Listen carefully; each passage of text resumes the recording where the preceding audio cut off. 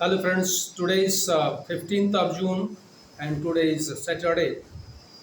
We are going to see the news headlines of the paper. आज हम लोग news headlines देखते हैं पेपर का, कुछ उसको एनालाइज भी करते हैं हम लोग। और आप लोग कृपया चैनल को सब्सक्राइब और लाइक करते रहें। चलिए शुरू करते हैं आज की न्यूज हेडलाइंस न्यूज़पेपर से। Leaders meet on G7 summit sidelines. Way to peace is through dialogue and diplomacy, PM to Ukraine president। प्रधानमंत्री ने कहा कि रशिया का जो और यूक्रेन का जो प्रॉब्लम है उसको बातचीत से और डिप्लोमेसी से उसको सुलझा सकते हैं, शांतिपूर्वक तरीके से सुलझाया जा सकता है, पीएम ने कहा यूक्रेन के राष्ट्रपति से। Zelensky raises issue of Black Sea transport corridor. Zelensky ने ब्लैक सी ट्रांसपोर्ट कॉरिडोर बनाने का भी इशू उठाया। Less than 10 days after they spoke on phone, Prime Minister Narendra Modi and Ukraine President Volodymyr Zelensky met Friday on the sidelines of the G7 summit in Apulia, Italy. Modi said India continues to encourage peaceful resolution of the Russian-Ukraine conflict through dialogue and diplomacy, and reiterated that Delhi would continue to do everything within its means to support a peaceful solution। 10 दिन से कम हुआ जब Zelensky ने बात किया था प्रधानमंत्री मोदी से, उसके बाद ये लोग दोनों मिले हैं यूक्रेन में। G7 समिट के अलग ये लोग आपस में मिले अपुलिया, इटली में। मोदी ने कहा कि देखिए हम भाई पीसफुल रेजोल्यूशन के पक्षधर हैं, शांतिपूर्वक समाधान होना चाहिए। यूक्रेन और रशिया के बीच जो युद्ध चल रहा है उसका शांतिपूर्ण हल तलाशा जाना चाहिए, जिसमें कि दिल्ली इसमें सहयोग करेगा। और बार बार उन्होंने इसी पर जोर दिया कि इसके लिए जो है शांतिपूर्ण समझौता किया जाए जिससे कि युद्ध बंद हो सके। The prime minister who reached Italy late Thursday night will be attending the G7 outreach session hosted by Italian Prime Minister Giorgia Meloni. He is also meeting a host of G7 leaders, including French President Emmanuel Macron and British Prime Minister Rishi Sunak. This is Modi's 5th G7 summit since 2019. 2019 से आज तक का मोदी का ये इनका पांचवा G7 summit में शामिल होना हुआ है। देर रात प्रधानमंत्री थर्सडे को वहां पहुंचे हैं और इसके बाद वो इटली की जो प्राइम मिनिस्टर हैं जॉर्जिया मेलोनी उनसे मिले हैं। उसके बाद he is also meeting a host of G7 leaders. G7 leader के जो होस्ट है उनसे भी मिले, जिसमें कि फ्रेंच के जो प्रेसिडेंट हैं इमैनुअल मैक्रो और British prime minister Rishi Sunak से भी मुलाकात प्रधानमंत्री ने इटली में की है। After meeting Zelensky for the second time in a row on the sidelines of the summit they met in Hiroshima in May last year, Modi said had a very productive meeting with President Volodymyr Zelensky। दूसरी बार मिले हैं ये लोग, Hiroshima में पिछले साल मिले थे, अब की बार मिले हैं। प्रधानमंत्री ने कहा कि व्लादिमीर जेलेंस्की से जो मीटिंग हुई है बहुत ही सार्थक हुई है। India is eager to further cement bilateral relations with Ukraine। Ukraine ने कहा है कि इंडिया ने कहा है कि भारत भी बहुत ही ईगर है, उत्सुक है यूक्रेन से अपने रिश्ते को पुख्ता करने के लिए। Defence to AI Ukraine to trade, PM hold talk with Macron Sunak. Defence to AI, सुरक्षा से लेकर के AI मुद्दे पर बातचीत हुई, यूक्रेन की ट्रेड की बात हुई और प्रधानमंत्री ने बातचीत की मैक्रो और सुनक से।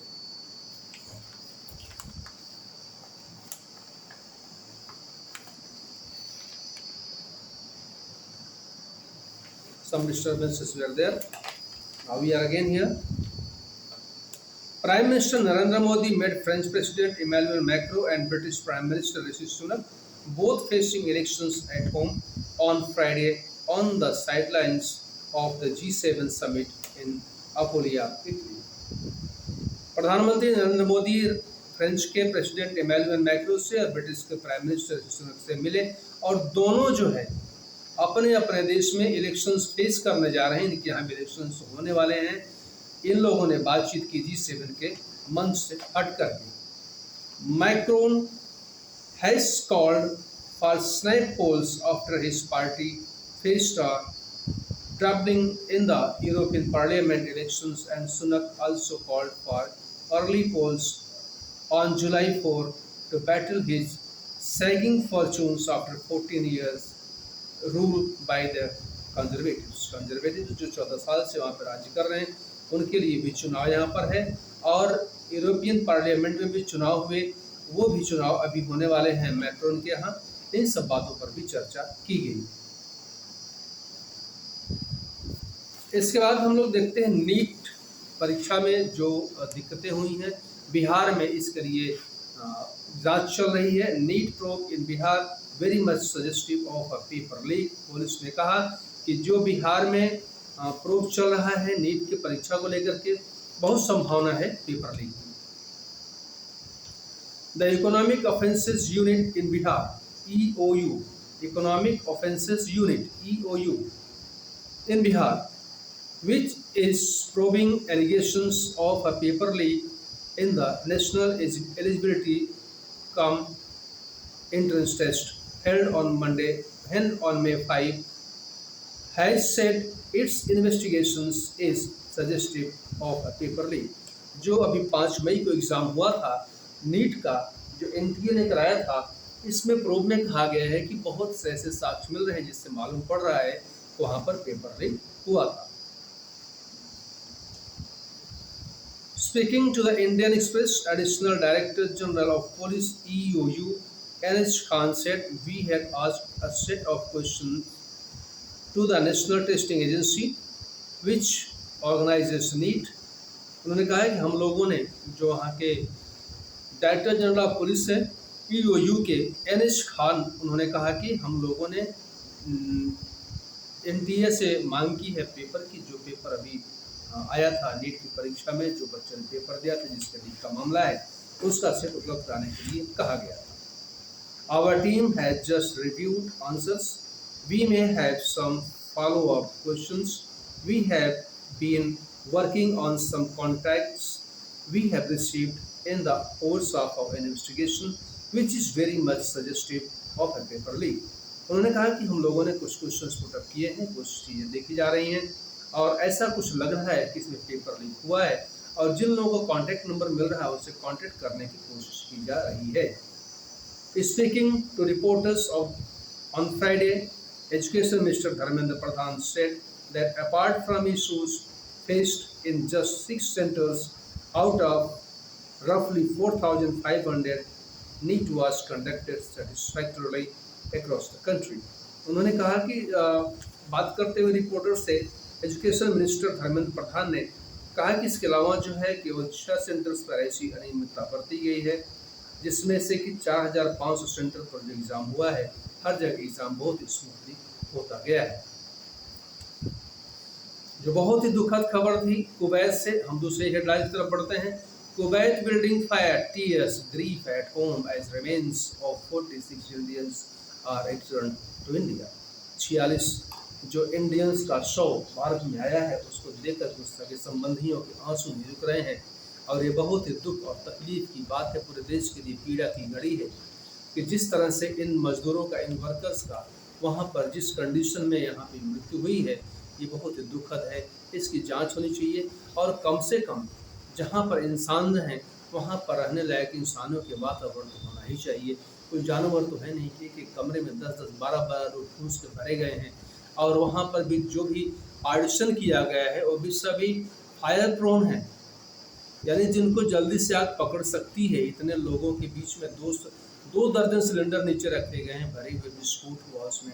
ऊपर टेरेस का भी, छत का भी दरवाज़ा बंद था, लोग ऊपर नहीं भाग पाए, लोग जल कर के एक पिंजड़े में कैद होकर के मारे गए, जो कि बहुत ही अफसोसजनक है। इसकी जितनी भी निंदा की जाए वो कम है, और सभी मृतकों को भगवान अपने श्री चरणों में स्थान दे। This is the pray to the god, और भगवान उन परिवारों को दुख सहने की शक्ति प्रदान करें। सरकार को भी देखना चाहिए और उन एजेंसीज को देखना चाहिए जिनके द्वारा ये जाकर के वहाँ पर काम करते हैं, और कम से कम वर्कर्स को भी अपने अधिकार के लिए आवाज़ उठानी चाहिए कि हम लोग किस तरह से यहाँ पर काम कर रहे हैं। An Indian Air Force aircraft on Friday brought back the remains of 46 Indians who died in Wednesday's fire at an apartment building in Kuwait. Indian air force का विमान 46 भारतीयों की शव को लेकर के पहुंचा जो कुवैत की बिल्डिंग में मारे गए थे। The aircraft first landed at Kochi airport where the bodies of the 23 victims from Kerala and 7 from Tamil Nadu were brought out.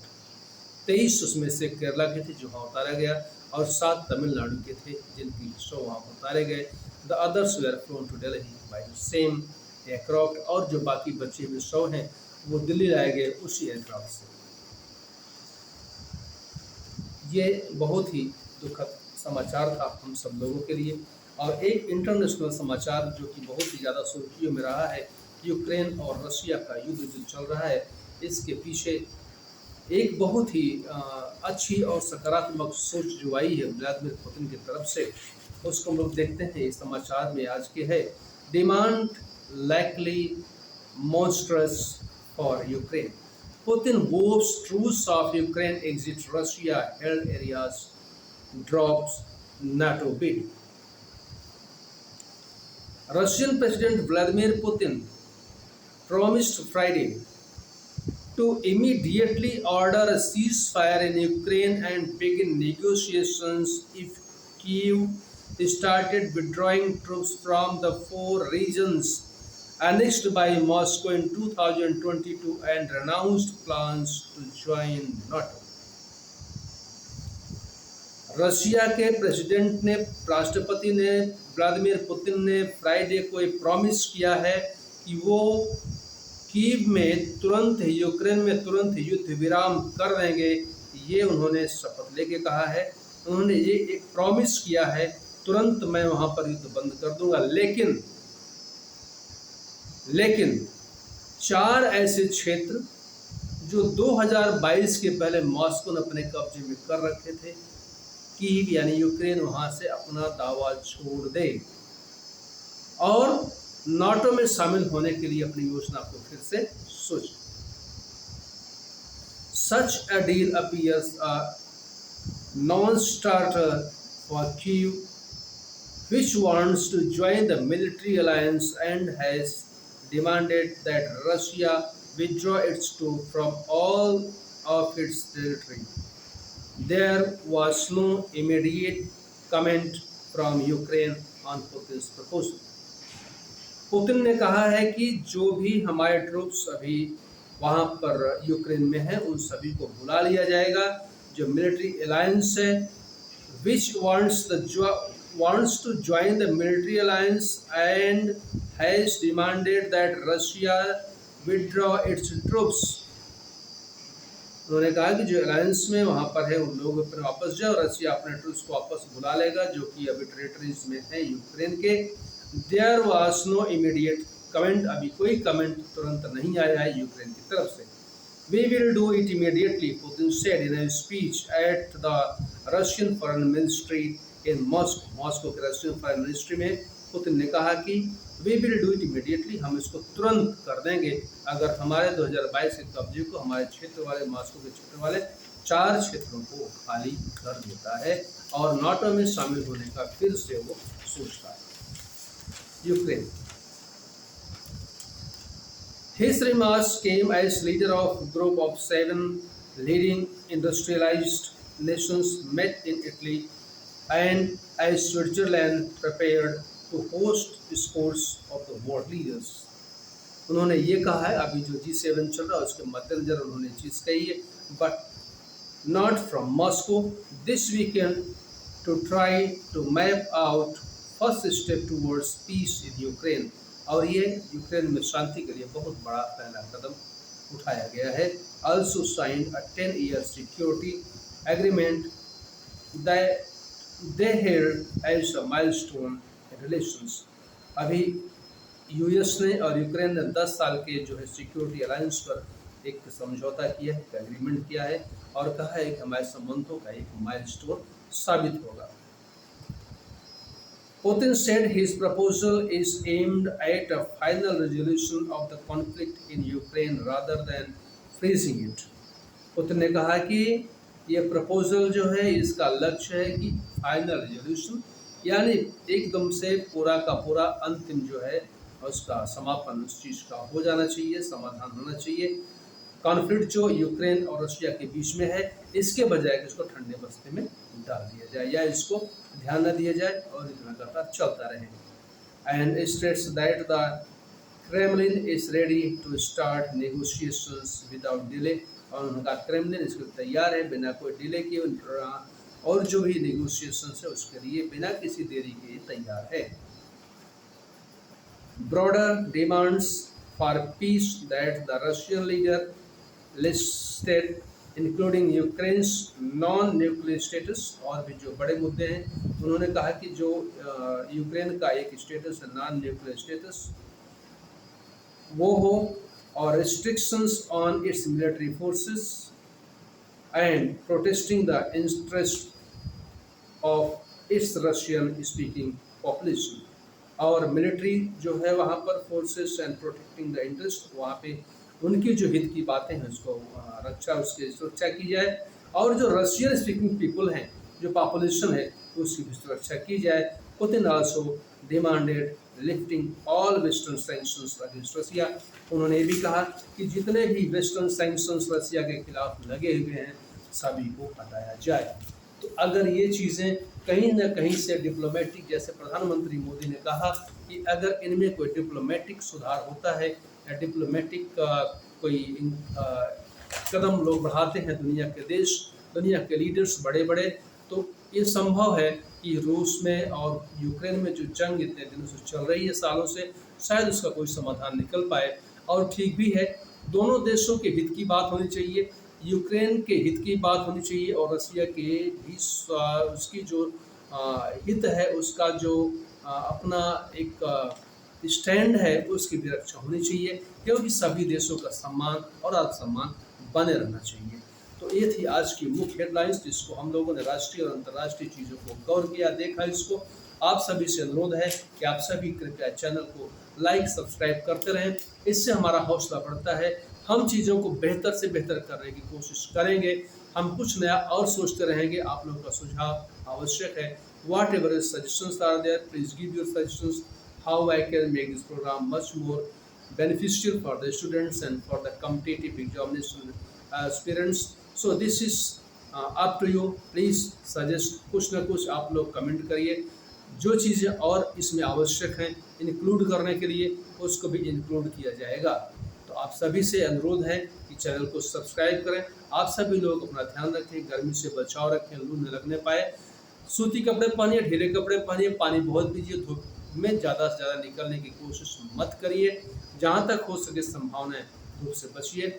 आप सभी का दिन शुभ हो, आप सभी स्वस्थ और प्रसन्न रहें, इसी कामना के साथ मिलते हैं अगले एपिसोड में। जय हिंद।